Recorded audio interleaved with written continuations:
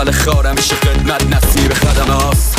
گفتم فکر کردی رویا بی مرگه، صدف بدون مروارید سنگه، بپذیر مامان مروارید مرگه. تو بیره گفتی دنیا بیرحمه، دنیا بیرحمه.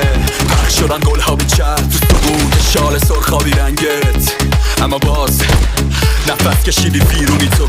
صورت تموم زن دیروی شد که با دندون کشیدی زخم شرف، تموم غمت نیرو میشد.